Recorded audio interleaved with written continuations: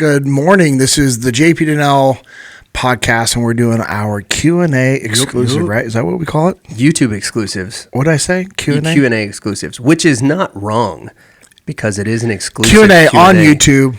We appreciate all of you guys. So I got this this text message from one of my Echelon Front instructors that I work with. I'm not going to say his name. And he says, last night there was this lady who was extremely rude to me and literally cut me off in line as I was checking into the hotel and says to me, I'm a platinum member. That must be nice. Now, this is what's cool. Transparency. He goes, every fiber in my body wanted to say a smart-ass remark back to her. No doubt. Instead, I simply said, no problem. You must be in a rush. And I said that very politely. This morning, guess who's sitting in my workshop? Oh, no. Oh, man. That's actually happened to me a few times with flights where someone would just be like a jerk on a flight. And I'm like, or a jerk at the hotel or rental car or whatever. And then they end up being at my workshop. And it's just always incredible. So I just wanted to share that as a opening story about the power of detachment. Just staying detached and understanding, hey, we don't know what somebody else is going through. That's true. Obviously, this lady is stressed out. Right. If she wasn't stressed, do you think she'd act like that normally? Maybe. But do you think... No, I don't. Yeah, I was like, no, hold on. Let me rephrase my question because I clearly didn't ask it properly. I just love to give you the false affirmatives. I'm like, really? Relax. Yeah, I mean, like, I don't know anything about this lady. She'd be terrible. No, you're right. Maybe she is a horrible human. But I would, if she's coming to one of the Echelon Front events, obviously she's at least interested in improving herself, and so the likelihood that she's like, well, this isn't like an individual thing. He's speaking at a company event, so they brought in their people, so she might not want to be there. Yeah, but the likelihood that she's actually terrible probably pretty low. It's probably pretty low. Yeah, I just found it very unique, just that she's sitting there, and I think that's funny. I just wanted to share that because that happens. That's freaking amazing to me often. It's happened to Cody, Danny, Carlos, all the other instructors, but it was funny, like getting that from one of the other instructors. So and anyways, I just want to share that this morning as a good reminder to all of us to stay detached. And obviously, this guy did a good job staying detached and also showing empathy and being polite and respectful. Like, there's nothing wrong with detaching from your emotions, being polite, being respectful, and being a professional. At the end of the day, like, if you're being a professional, like, you're going to come out on top. And this guy is one of the best instructors that we have. I said that about everybody, by the way, because all of our instructors are absolutely incredible. But you never say that about me. I'm never one of the best instructors you have. It's because you're not an instructor. Well, anyways. Makes sense. Well, that checks out.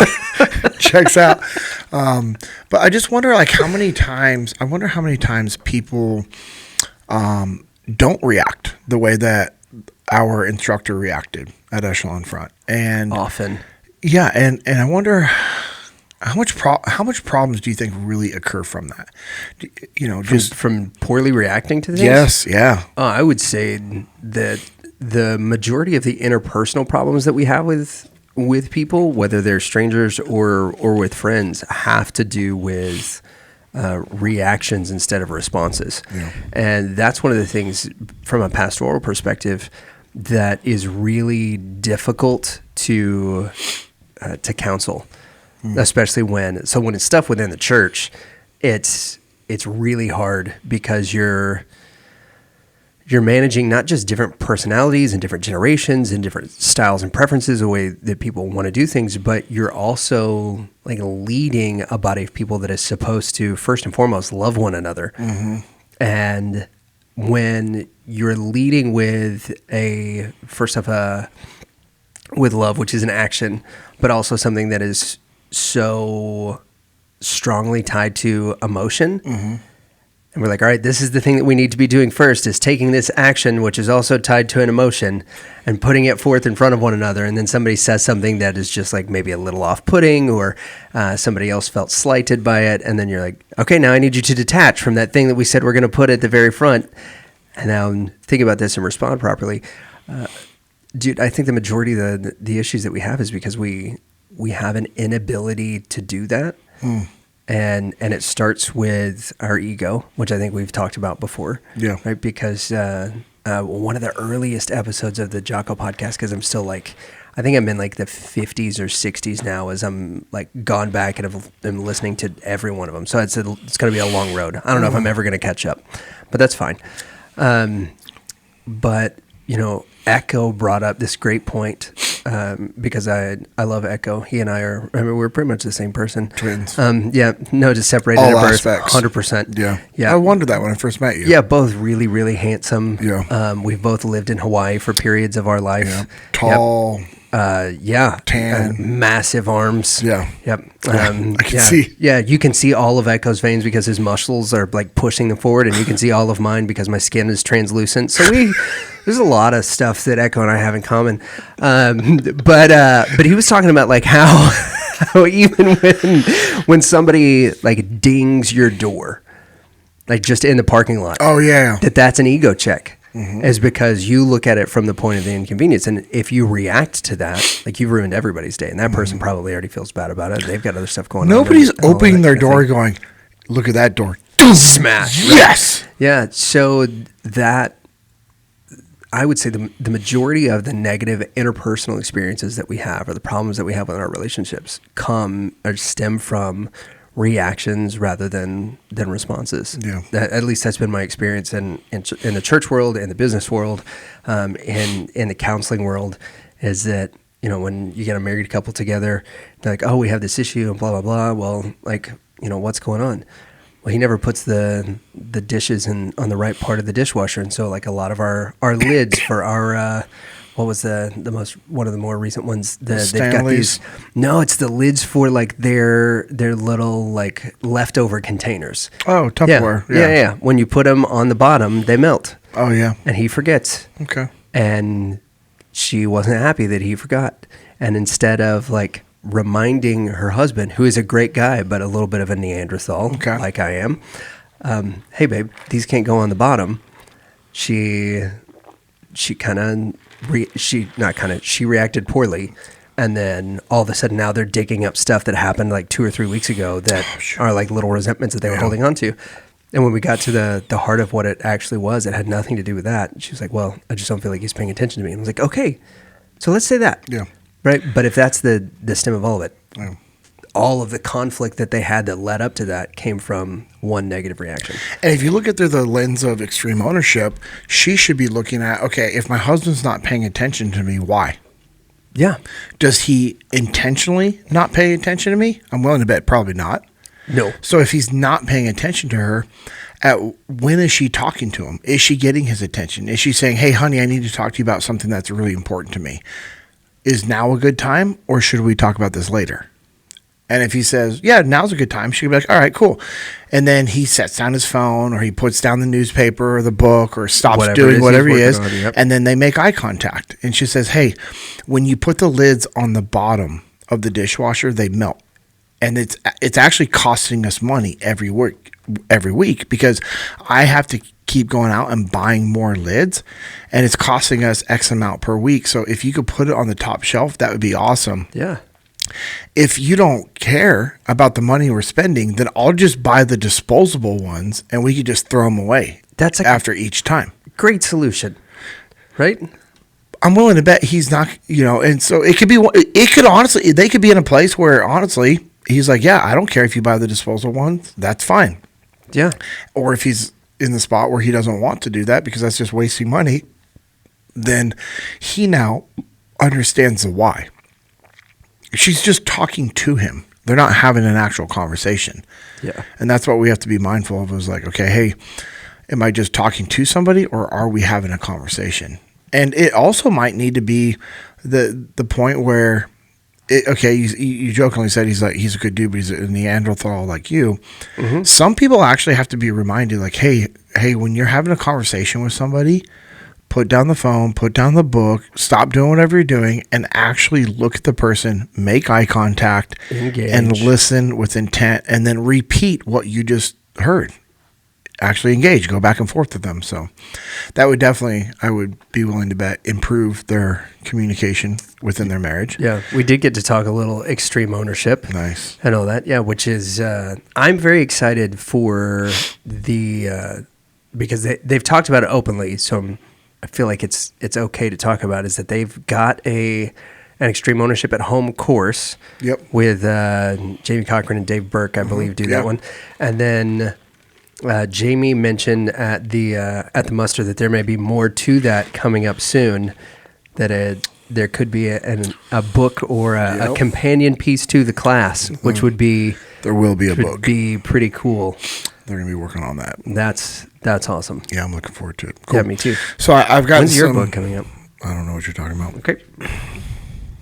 See, you say this, and now people are like, "Oh, I'm reading between the lines." No, actually, don't read between the lines. Yeah, there is no reading of anything that I'm. The only time I think of read between the lines is, have you ever seen the movie School of Rock? Yes. And he holds up 3 fingers and he goes, "Read between the lines." Yeah. That's any time I hear "read between the lines," that's what happens. My brain thinks in movie quotes. That's amazing. All right, you ready for question number 1? Sure. This is from YouTube. This is Weather Built.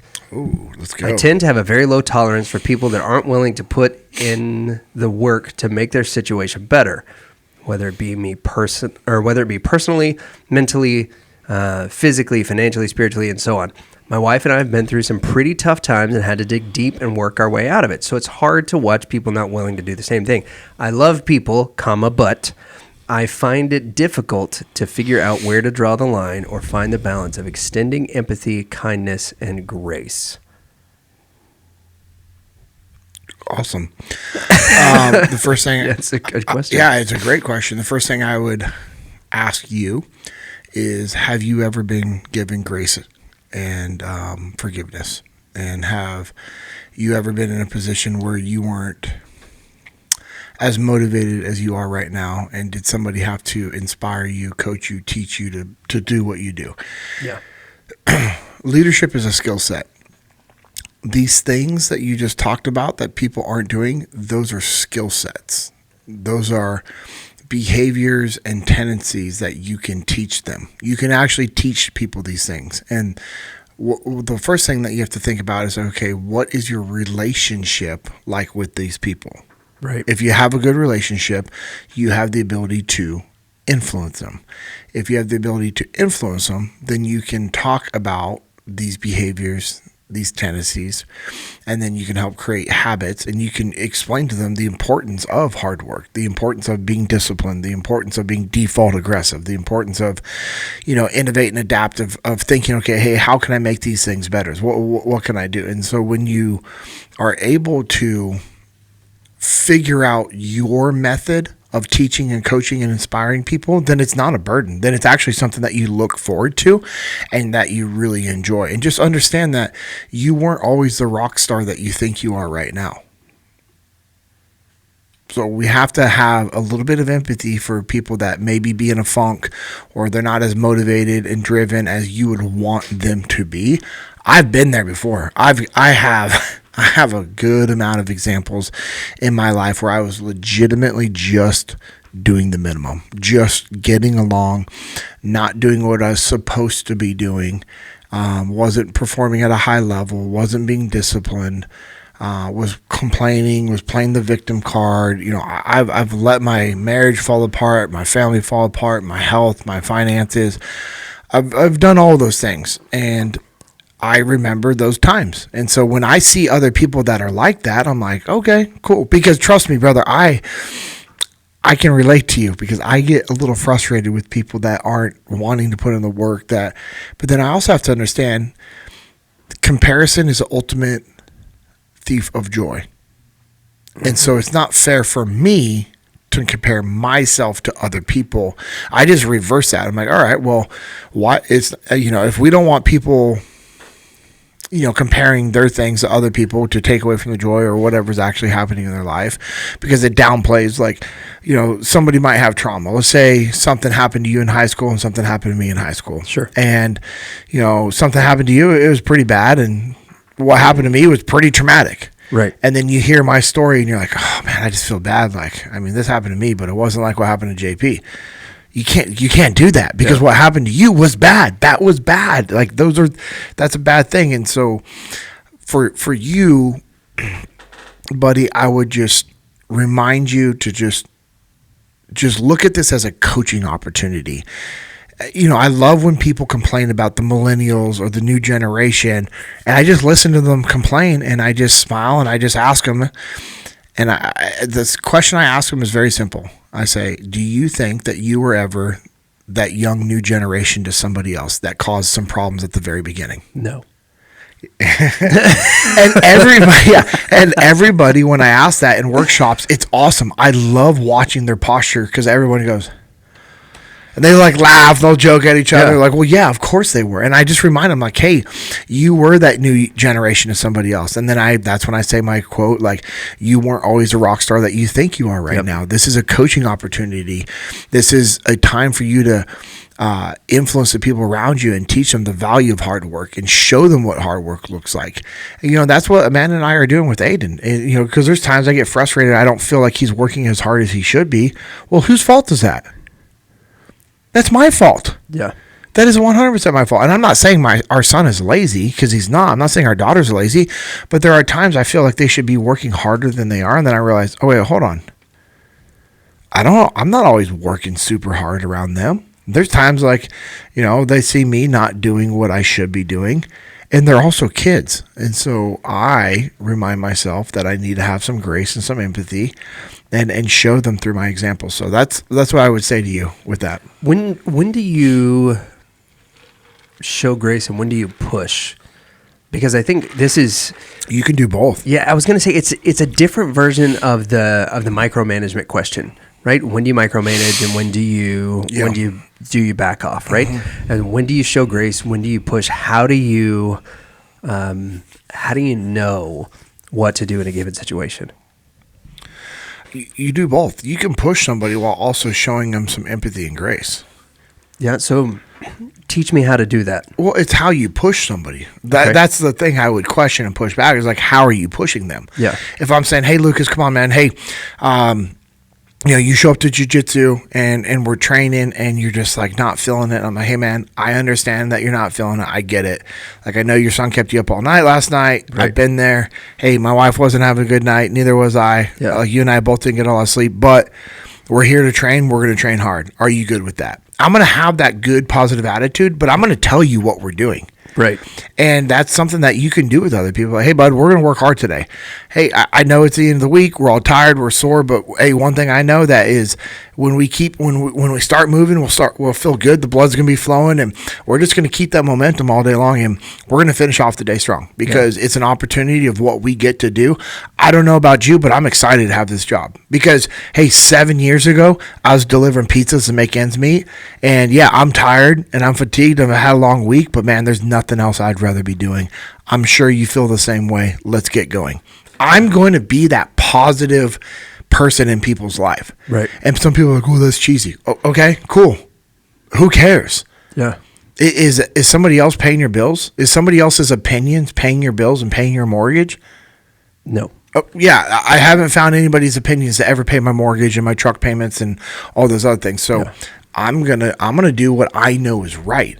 And what I know to be right is to take care of people, to treat them with respect, to teach them, to coach them, to train them, to inspire them, and to show them what they're capable of. That's what good coaches do, and that's what good humans can do. That's what good leaders do. And you don't have to have a leadership title to do that to people.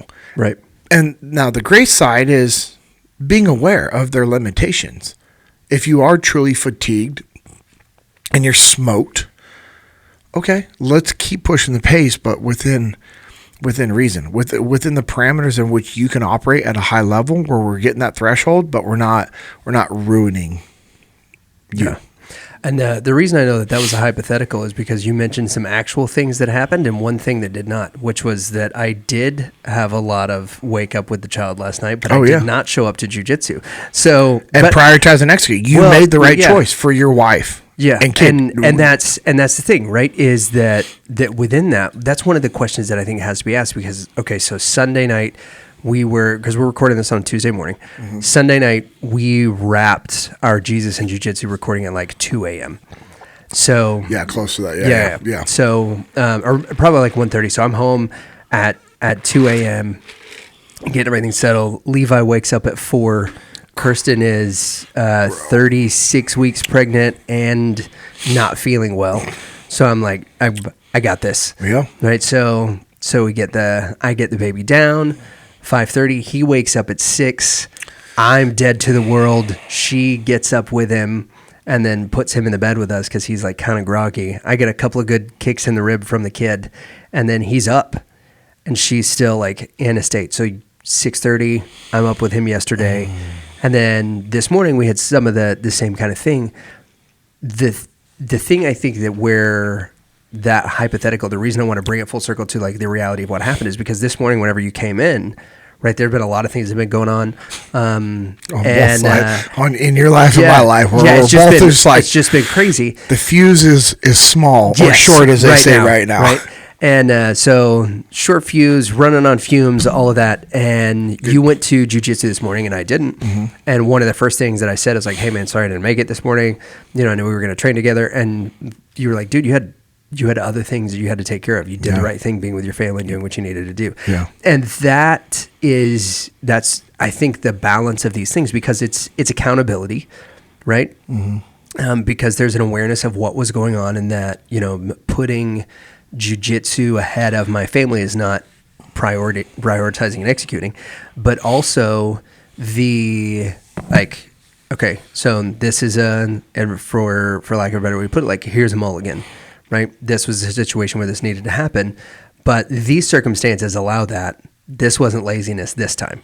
Yeah, it wasn't laziness at all. But the idea in just having that conversation is that like, yeah, because if it is lazy, if there comes a time where it was like, I went to bed at 8:30 and just didn't decide, decided not to come to jiu-jitsu, you'd be like, well, okay, so that's failure on your part because you're not. In ways if I'm committed to doing it, right? Yeah, absolutely. But if we got to like 3-4 weeks in a row of you just not showing up in the morning to train, I would then ask you like, hey man, is everything okay? Right. And you would be like, yeah, what's up? I'm like, well, like I know the only time that works well for your schedule right now to train is the morning classes.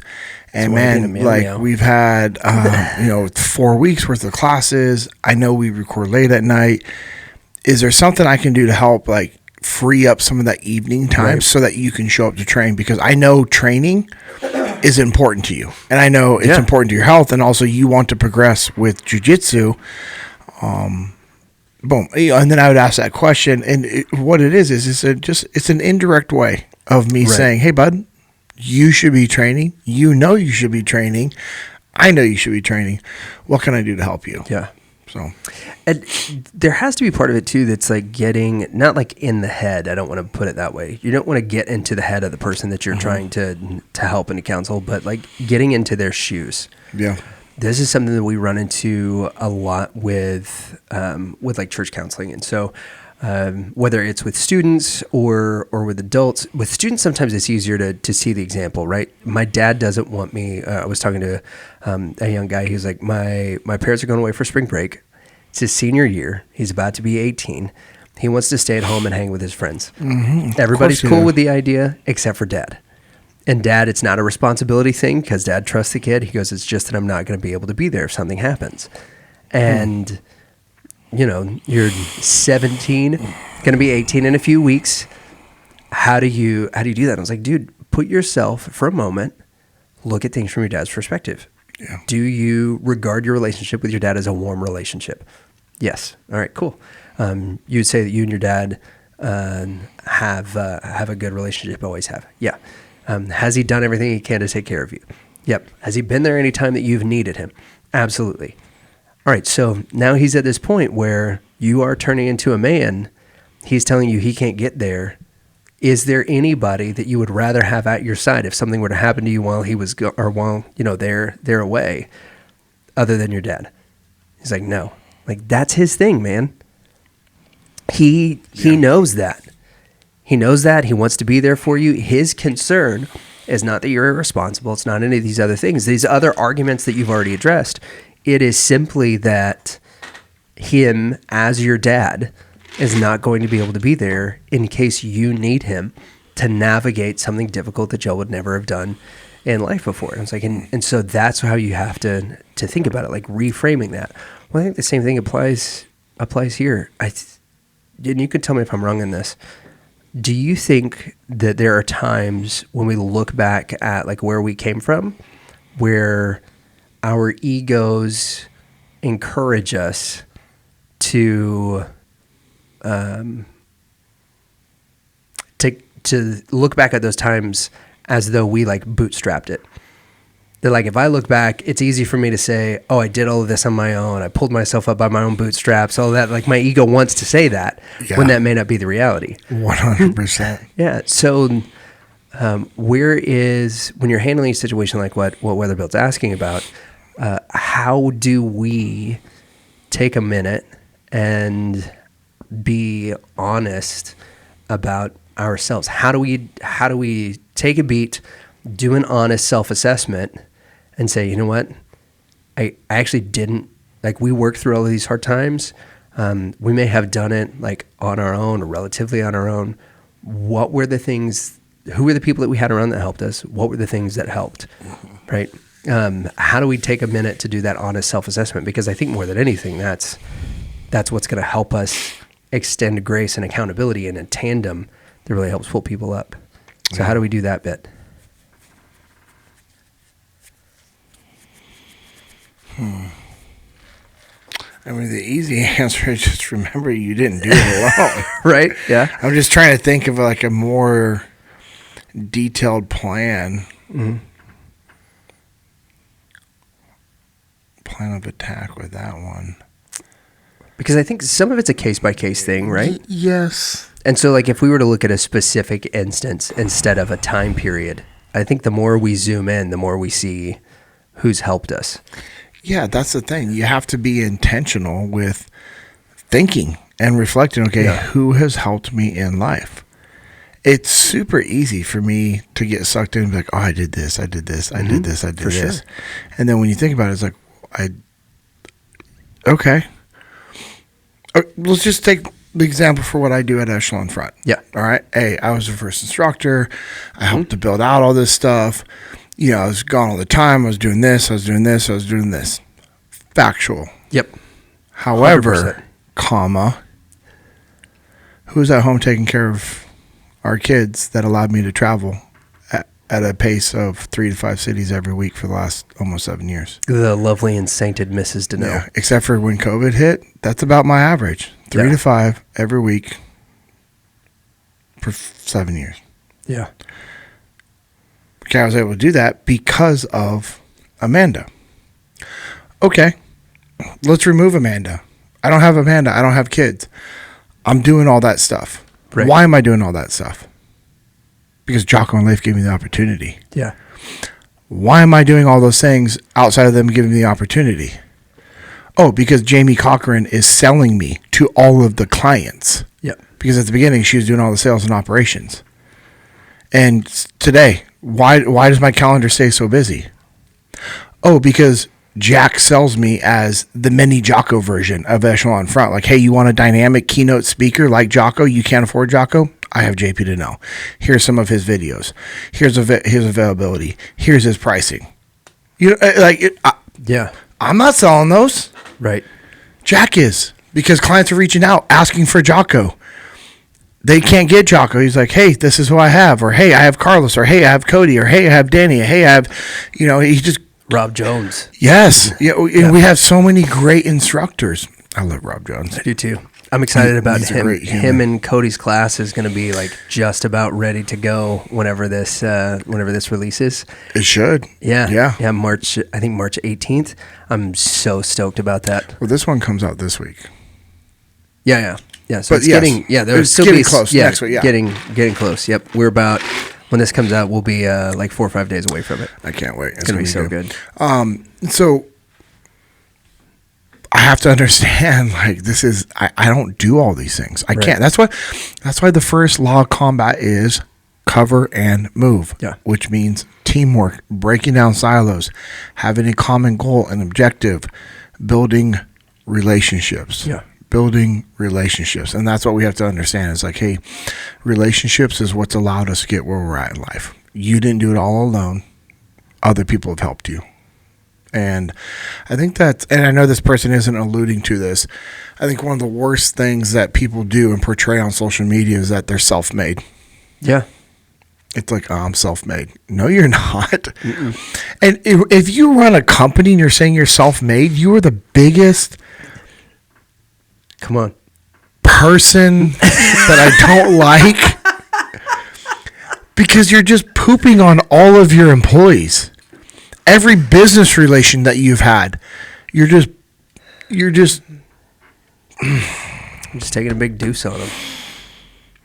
I don't like those type of people. Yeah, I would agree. And, even outside of the Echelon Front framework and outside of the extreme ownership framework, there was this book years ago called Outliers by Malcolm Gladwell. Yeah. Let me go back to my rant real quick. Okay, yeah. I just thought about this. Think about how much of a D-bag you are if you're claiming to be self-made and you're married. Yeah. You're telling me your spouse didn't support you? How many times was your spouse the one that gave you the words of encouragement that nobody else gave you? That stuff drives me crazy, because you are a selfish, self-centered a-hole that has gotten the success that you got only because of the people around you. Yes. Legitimately only because of the people around you. And then there's the other spectrum where there's idiots out there on social media that are like, oh, it's just really easy. Just hire a bunch of good people and then you can build a company. What? No, you have to coach, mentor, train, educate, give them opportunity, resources, be in the right industry with the right product that solves a problem, that delivers impact. Like, it's not just, just hire a bunch of people, you'll build this massive company. And then it's also, you're not, and then it's like, you're in charge of, those are the two spectrums out there, which is sad. We need to find ourselves in the middle, which is the majority of the good people out there. Yep. They're working well with people. They're building relationships. They're having empathy, forgiveness, and they have the mindset of like, okay, I get to do this. If not you, then who? That's the last thing I'd say before we switch over to Outliers. If not you, then who? If you're not going to coach and empower and train these people, who's going to do it? It's got to be you. It's an opportunity. You have to look at it as an opportunity, because it's what you get to do. And man, the amount of satisfaction, I mean, you're a pastor, you train, you coach, you mentor people all the time. How much satisfaction do you get when you see somebody's life improve because of the guidance you gave them? And you didn't do anything more than guide. Right. But you guided them, you coached them, you asked them questions, you brought them biblical truths, you listened. There's just times that you just listened and you had empathy. How fulfilling is that? It's awesome. It's what drives you to do what you do, and it makes you want to be a better version of who you are. 100%. That's the same thing for this guy. So my favorite thing, and this is something we've really had to find the balance on in the last several years, because we were talking generational gaps earlier. The millennials and Gen Z, they really want to have a purpose. They want to, because I'm a millennial, right? So we want to have a purpose. We want something that drives us, but we have people who are like sub 40. This probably goes all the way down to, I think Gen Alpha is like 12 right now. So you're looking between like 20 and 40 that will invest a ton into, whether it is teaching or monetary investments, where we're trying to help them with trade school or get certifications and those kinds of things. My favorite thing is to watch them leave. And there are people in the church who get attached to them, and they're like, we did all this work and all this effort, and they're leaving to go to another church that's like, 5 miles away. Why is that happening? I'm like, well, because that church that's 5 miles away gave them an opportunity to step into a different role of leadership and to do something different. Isaac is a great example of that. Yeah. Right. And so, that's cool. And we can't let our egos be so tied to the no, we help them build who they are. They've got to stay here, forever. It's one of those things that no, God's doing something different with them. They're at a place where they're healthy. Maybe they've healed and recovered and now they're ready to step back into it. And it's fly little birdie. So it's awesome.